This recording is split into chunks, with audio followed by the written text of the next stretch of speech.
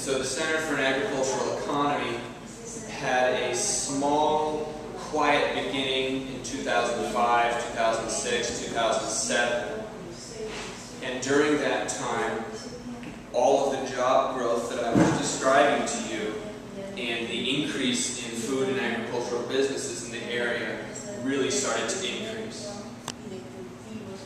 By the spring of 2008, a number of us approached Andrew Meyer, who is the founder of this organization, and said, can we support the work that you're doing? Can we increase the work that you're doing in this nonprofit for the benefit of the entire community?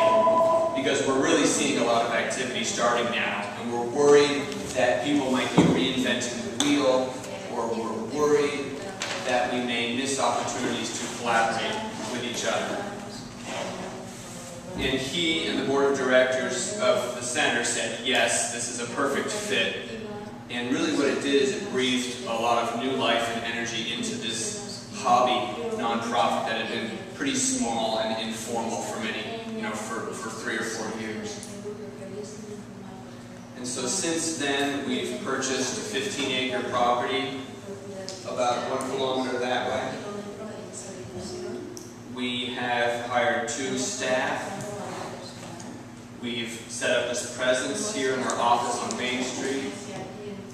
And we've held many, many meetings and groups like yourself from outside the region as well as from many within the region, all talking about how important it is to economic development to focus on agriculture and the rebuilding of what we describe as a healthy food system.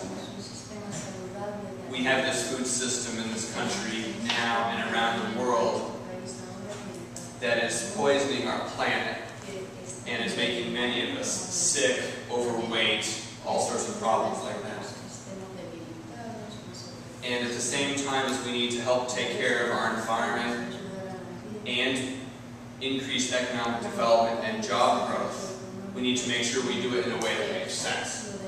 And so food and agriculture and related industries at an appropriate scale and in appropriate ways really fits very well with that healthy vision.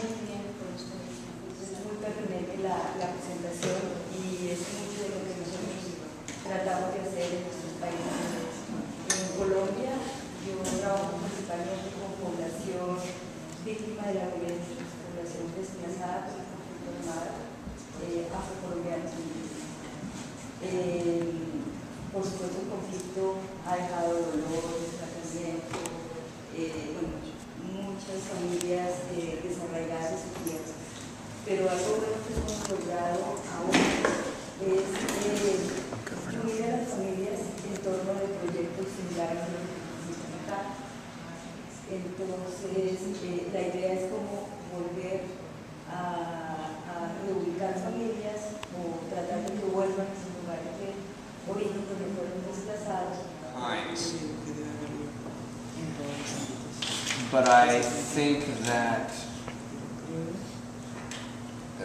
a friend of mine who's an Ethiopian farmer is producing wheat.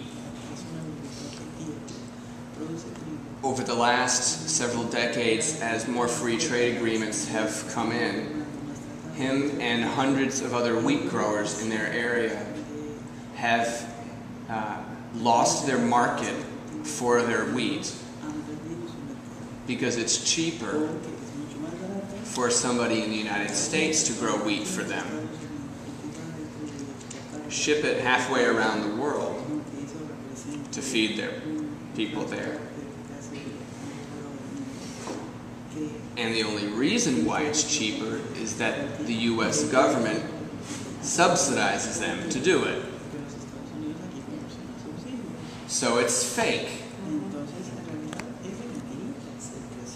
And in the process, hundreds of farmers in Ethiopia are no longer producing wheat. They are now dependent upon. Of course, this starts with the soil and planting seeds, raising animals, things like that. I talked about the Vermont Land Trust and their role in preserving farmland in the area. That's very important. You can't really grow crops in a strip mall or a parking lot or a housing development. And after that, you need this robust farm community.